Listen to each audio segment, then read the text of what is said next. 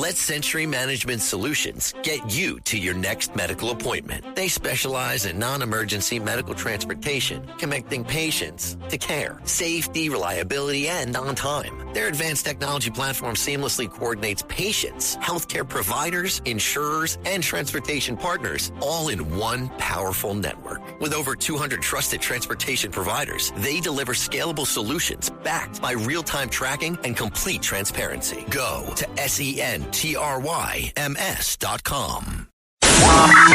me! Taxi! Come on, what are you doing? This is the 77 WABC minicast. And joining us now, boy, there is a lot of breaking news, is Lara Trump. Of course, she's the host of My View with Lara Trump on Saturdays. Lara, so much happening in the world right now. Obviously, lots of developments also coming out of Iran. Where do you want to start? Well, I think, what we saw happen today with this F-15 shot down, with it sounds like a Black Hawk situation, maybe another plane being involved. I think it's just proof that, look, this regime needs to be completely eliminated. I don't think that, the president minced any words about it when he spoke the other night. He was very clear that he wants to finish the job. And I think you leave any little element of this regime intact, and these people are ruthless. They're brutal. These are people who have tortured their own citizens for 47 years now. So we should probably expect nothing less, but it does seem like it's the last-ditch effort of any little remnants and pockets of this regime that still exist there within Iran. But the president was very clear. He wants to finish the job. He feels like it's within weeks, and that will be a great thing, obviously, for our country to ensure that Iran never has a nuclear weapon, but it'll be a great thing for the rest of the world. So we're all watching and we're all praying, of course, that everyone is recovered from our military personnel there overseas. Lara, you just hit a very powerful point, because the president gave, I thought, a very powerful address, and he reiterated it today in the last hour. I've heard him say to reporters, we are going to finish the mission. There's been, I think it's 13,000 sorties, and this is the first plane we've heard down in Iran.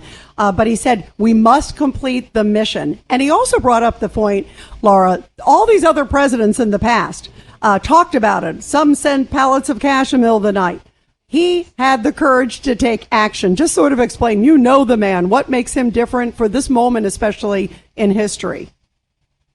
Well, I think the thing that people have to appreciate, too, is look how well things were going in our country prior to this situation with Iran, right? Do you really believe, does anyone out there believe that this president, whenever he had a roaring economy coming back to life, whenever you've seen so much investment in our country, when you have historic numbers like zero releases into the interior of the United States at our southern border of illegal immigrants, whenever he had this moniker as the peacemaker, solved 8 wars around the world since his, return to the White House. You really think he wanted to disrupt all of that and go into Iran? Of course he didn't. But Rita, to your point, he had no other choice. He was left with a horrible situation. Everyone else had just kicked the can down the road. You had, as you said, Obama sending $1.7 billion of cash to Iran with the promise that they would keep everything together. Oh, we aren't going to develop, enrich any more uranium, only to a certain point. No more centrifuges for 10 to 15 years. But then what happens when that time runs out?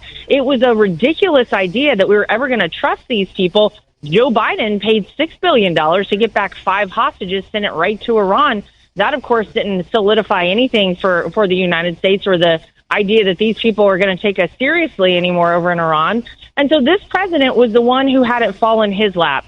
These people were within weeks of developing a nuclear weapon. That's why last June, Operation Midnight Hammer had to happen when it did. And that's why when you look at this time frame right now, this president understood they didn't give up. They were continuing to develop. They're never going to give up. So you got to go in and you got to hit them hard. And that's exactly what we've seen happen. But when he starts something, he finishes it. And that is what is also different about this president. There's no halfway. There's no talk about crossing a line and then nothing happening. When he says it, he means it. And when he goes in, he's going to do it right the first time. And that's exactly what our country and the entire world is watching happen. Lara, the two things hurting our country right now is the price of oil. Because United States oil, WTI, what they call, went up to $111 the first time in 50 years it went over the price of Brent. And there's no reason for it. Some of the oil companies are just stealing money because there are no shortages. There are no shortages. And then the second thing is Chairman Powell is becoming stubborn, and he doesn't want to lower interest rates. So the two things hurting our business people are interest rates staying up because Powell is playing the game, and because the oil companies are playing the game in North America, and there is no shortages. Yeah, well, and of course, neither of those things, John, have anything to do with this president, but the Democrats are going to try to use both of those. They're going to blame him on both. Republicans. They're going to try to do that. Look, he's been calling out Chairman Powell now since he took office the second time here. He's been saying this guy's done the wrong thing almost every single time as it relates to the interest rates, and he's talked extensively about him being replaced. So that should surprise no one. But when you talk about oil, you're exactly right. There is no shortage of oil, but these oil companies are being stubborn and they are being greedy at this point. But I thought what the president said the other night was really important when he talked about the Strait of Hormuz. He pointed out that these people, and a lot of them are our allies, who are reliant on getting their oil from the Middle East through the Strait of Hormuz. Guess what? Maybe they need to start looking at the United States of America. We have plenty to offer. Drill, baby, drill. That's been the moniker of this president, and it means that we are not just energy independent, which is so important for our national security and a whole host of other things, but that we're a net energy exporter. That is a very big deal for our country, and we should be supplying the rest of the world, not the Middle East there. So he made a point that they can come to us now, and in addition, that our allies need to step up. I have been utterly shocked to see the fact that you have so many of our allies out there who have just kind of waited around to see what the United States and the United States alone Lara, can do. It's very disappointing. We saved their butts so many times, and now they turn their backs when we need them. Yeah, and absolutely. We don't really need them. We just tested them. Yeah, and they didn't deliver. Hey, Lara, before we let you go, what do you have coming up on Saturday night? Well, I have Tom Homan, of course, the border czar. We're talking about all of these things, the DHS shutdown, which apparently is coming to an end now, but what all of this will mean going forward, and this birthright citizenship issue that we know is being argued in the Supreme Court. He's got a lot of thoughts on that. I actually did an interview with former mayor of New York City, Eric Adams, and talk about a guy who does not like the person who took his spot. He has a lot to say about Zoran Mamdani and the way he's destroying New York City. Of course, this is Easter weekend. I have Pastor Paula White, who is going to give an Easter message and talk about faith in America right now. So tune in, guys, 9 p.m. tomorrow night on Fox News. I will see everyone there. You will. We will all be tuning in. Lara, we love you. Have a great show and have a great weekend and many blessings to your family this Easter. Thank you. Happy Easter, guys. Thank you so much.